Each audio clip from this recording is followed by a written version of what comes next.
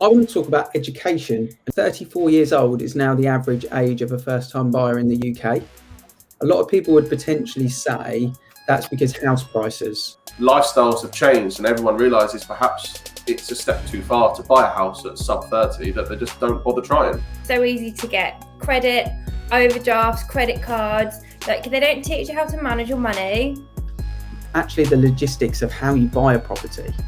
I don't know whether people really know that or whether they leave school thinking that way. I think people know how to buy a car. They know what they want to buy next. They know they're going to get a student loan if they go to uni, which they can spend in Wetherspoons or wherever the new version of Wetherspoons is these days. It's far easier to now finance a car. It's far easier to go and get credit on pretty much everything that you couldn't really do as easily 10 years ago. So I just feel if people knew at that age that getting a store card or a credit card or, you know, not paying a parking fine or whatever it may be has an impact in your mortgage credit rating, where you could end up paying double the mortgage and not even getting a mortgage, and also how that impacts the amount of finance you borrow. If you purchase a £30,000 car before you buy a house on finance, that's 6 times your income. Is not 6 times your income, is your income less the 25 grand finance, then times 6.